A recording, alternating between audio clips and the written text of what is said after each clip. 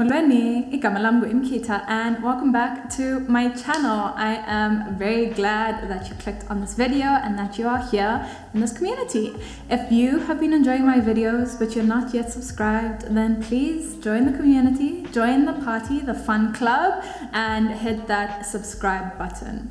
As you can tell by the title of this video, this is a life/career update. I have gotten to a very major transitionary period in my professional and personal life, and I thought that now is the best time to finally have one of these, sit down and talk to you guys about basically the process I've been going through for the past, call it 9 months to a year, and how it led to me eventually resigning. Let's get into it. So as some of you know, I am or have been in investment banking. I was in banking for 4 years and 3 months, which I think is a pretty decent stint. So I graduated from university having studied a finance and accounting degree, came straight into banking and basically worked up the ranks from a graduate to an associate most recently. So when I came into banking, I thought that, this is where I would be for the next 2 to 3 years, and that period of time would basically give me credible enough experience. I also felt that it was the best place to start my professional career, especially wanting to be in the finance and the investment space. So I did that, and then of course I surpassed that period, right? Because I thought, you know what, I'm so enjoying it, I still feel like I'm learning, so I'm not in any rush to make a change.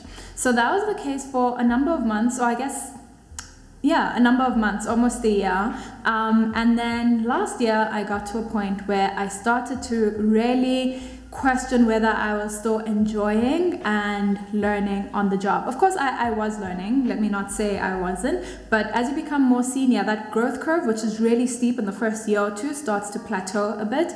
And then enjoyment was the biggest thing. I got to a point last year where I was so unhappy. Honestly, I was so demotivated from the job. I found it difficult to work those long hours when I just felt so over everything. And this is where my career journaling started. So I have a vlog, and that vlog is when I first set time aside to actually, go on this career journaling path for myself. And the intention behind it, there wasn't any fixed framework, but the intention behind it was to actually dedicate time each day to considering what it is that I actually want in the medium term, because I don't know what I'm going to want in 10 years. But in the next few years, what is it that I want for my career and for myself?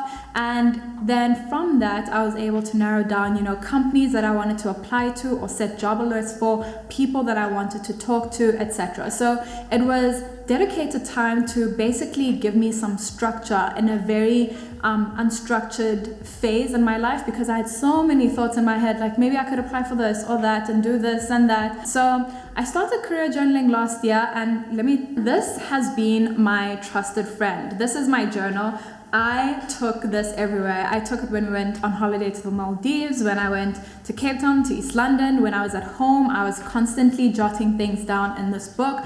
And that was based off of having conversations with people, insights I learned from that. That was based on my research, and also just planning out my process, my application process, interview tips and things I'd learned through interview processes. All of that is in here. This book is my best friend, my baby.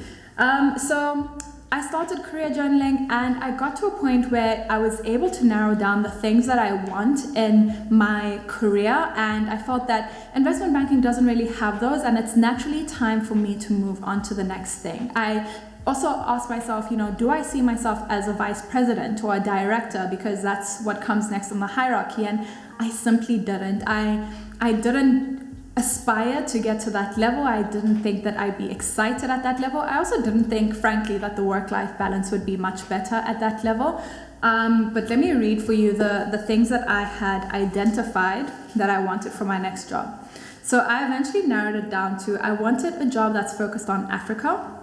because that's where my expertise lie, right? I've been in investment banking for 4 years and a bit, and I've focused on Africa, and I have some experience in emerging markets, but that is where I'd be able to really lever the skills that I've developed. Secondly, I wanted to bring capital to Africa. So be the in-between for developed market investors looking for opportunities, and channel those funds or that money to, this ties into the next one, to success stories, African success stories.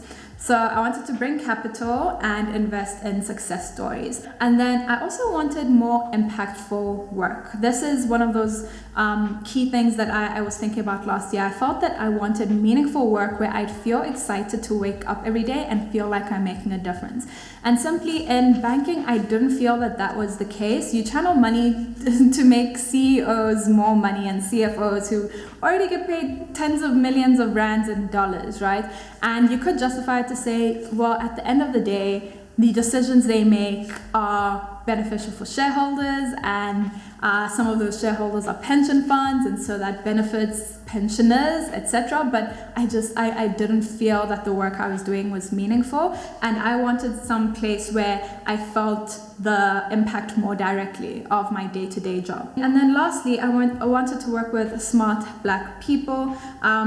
Over my banking journey, I think what I've been really lucky to have is a nurturing environment. I think I really lucked out in terms of the banking environment that I landed in. And people have been really supportive, really open to giving me opportunities to learn and to better myself and to build my brand within the bank.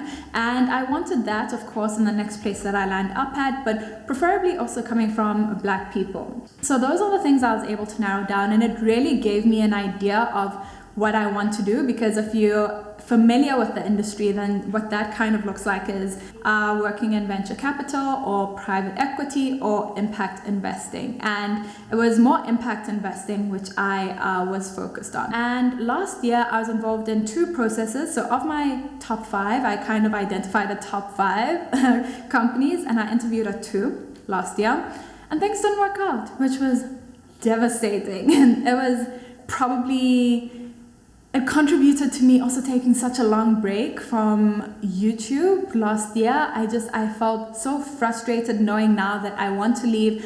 I have an idea of what I want to do, but the application process isn't going as smoothly and as quickly as I envisioned it would. So I was involved in 2 processes last year. Those didn't work out, but I'm grateful for those because they gave me the skill set and basically the understanding of what they want in interviews, so that I'd ace the next ones and eventually ace the one that the opportunity that I landed. So the way I think about it is, you know what, God didn't intend for me to go to those 2 companies that I'd interviewed with last year. He intended for me to go to this 3rd one, which is what I got, and still very much in my top 5, a company that I'd been interested in like 2 years ago. And so, sorry, my top, I didn't type properly, or it's come undone. So what did I get? Where am I off to? I am really, really excited because the place I'm going ticks a lot, not all, but a lot of the boxes that I've mentioned. So I am going to an impact investing fund. I will be investing in African tech and telecommunications and a bit of Asia as well. So it's an exciting opportunity in that it meets the Africanness that I was looking for, and bringing capital to Africa and investing in success stories. And then importantly for me, it is meaningful work. So it's investing not just to get financial returns, but to also get social returns. Investing in businesses that ultimately make a difference in the communities that they operate in, be that educational technology, health tech, agricultural tech, etc. And then of course, investing in telecommunications is aimed at making internet access more widespread across Africa and more affordable, right? In order to enable more Africans to use those technology platforms. So they kind of interlinked, which I also really like. And the other thing that excited me about the opportunity is that in my 4 years in banking, I've had very generalist roles. So I haven't focused on any specific sector. I've done a bit of everything, which has been great because it gave me an idea of what I like and what I don't like. And there were some sectors which I just don't like. Like mining, I didn't like mining at all, and it's the backbone of the continent or the country especially. So there was quite a lot of mining work. I didn't like financial institutions. I found those very boring. And then there were sectors which I loved, like technology and telecommunications and consumer and retail, etc. So going into this more sector specific or sector focused team, I find really exciting because I think that it's going to be the backbone of African growth in the coming years, and it's a great organization with great people. So I'm really looking forward to it.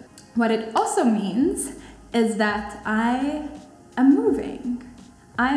This is something that I came to terms with last year, that I wanted to be back in London.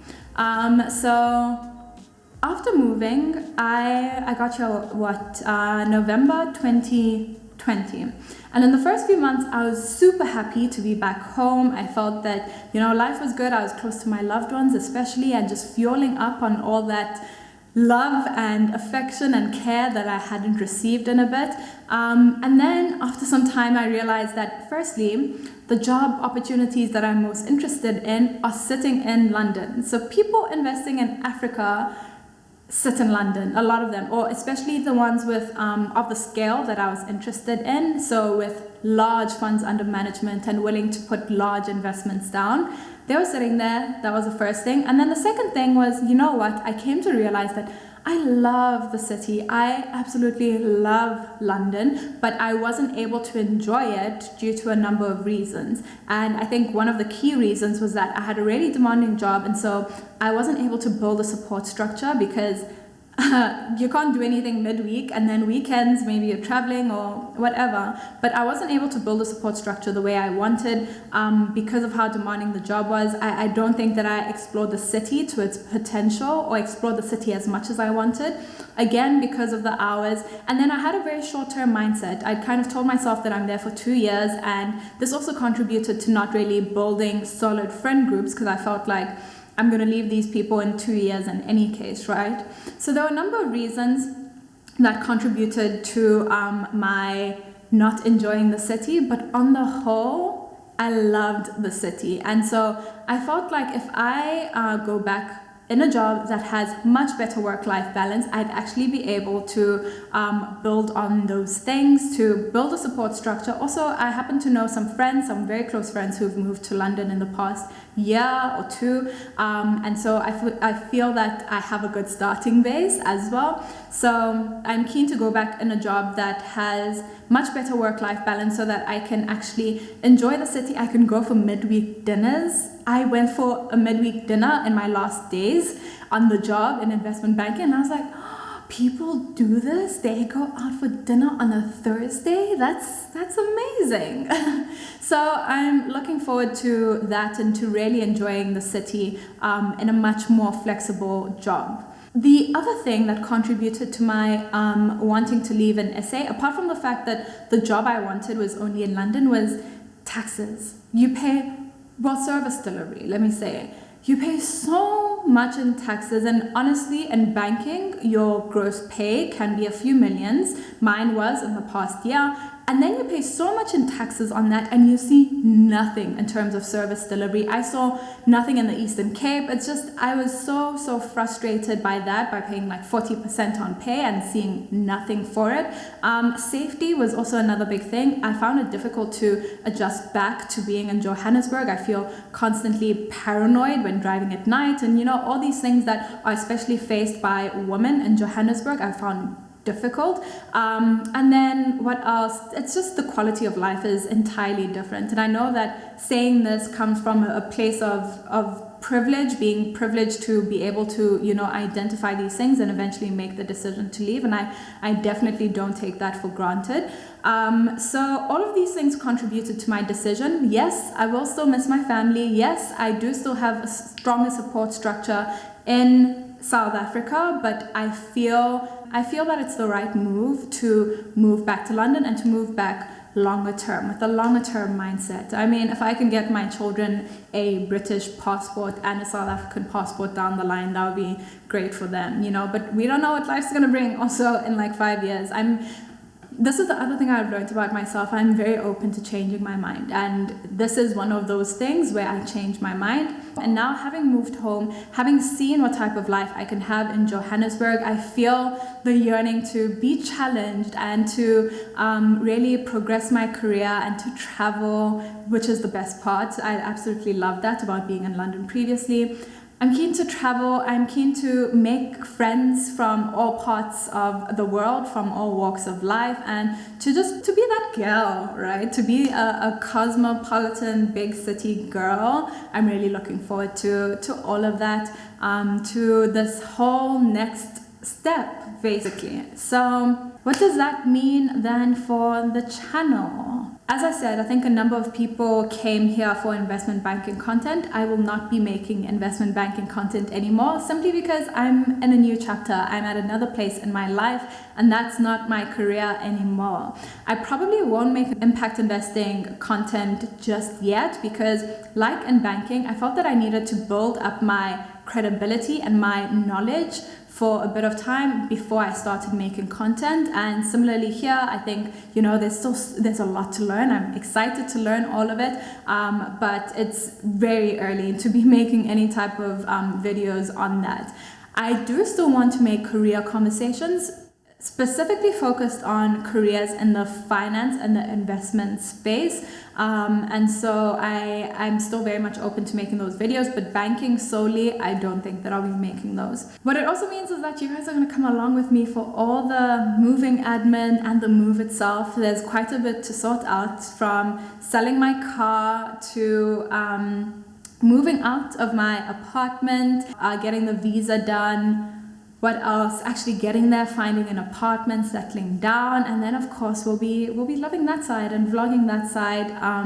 The one great thing about the opportunity that I have, my new job, is it's really flexible. So they have an office in Johannesburg, and that means that I can come work in Johannesburg for a few weeks at a time, which I really like. Also, the work from home, from the office policy is really flexible, because we've been going to the office 5 days a week, and I don't know how we did this before the pandemic, but I'm keen to go more into a hybrid working environment. The other thing that I'm really excited about is that this opportunity will have African travel. If you see me in Lagos or Nairobi or wherever, then holla at your girl. I'm really excited for that. And it's, of course, to canvas opportunities in those regions, etc. So it's a really exciting place to be in, a really exciting stage in my life. The things that I've learned through this process is patience. It requires so much patience, and I often felt really frustrated and upset by how much patience was required from it. But secondly, I learned that God has a plan, and I think that came to fruition in the job that I got. And I'm really, really excited for the job. And yeah, the third thing that I learned is that it's okay to change your mind. I moved to South Africa. I want to move back to London. If I wanted to move back to South Africa 6 months after I get there, it's fine to change my mind. Of course, decisions have to be well thought out, and my decision has been well thought out. Consider the consequences, etc. So I probably wouldn't move back in 6 months' time, but it's okay. And then lastly, I learned to trust my gut and to go for the things that I really want in life. We're so young, a lot of the people on this channel and this community, so young, there's so much life ahead of us, and there's no need, or this is how I feel, that if you aren't ready to settle down and you still want to go gallivant the world and enjoy and not have children and not be, tied down to one country right now, then do that. And these are the opportunities that our parents worked so hard to get us, right? And prayed so hard to get us. Listen, my mom prayed so much for me over the past year. And it's just amazing to reap the rewards of that hard work. And then of course my own hard work.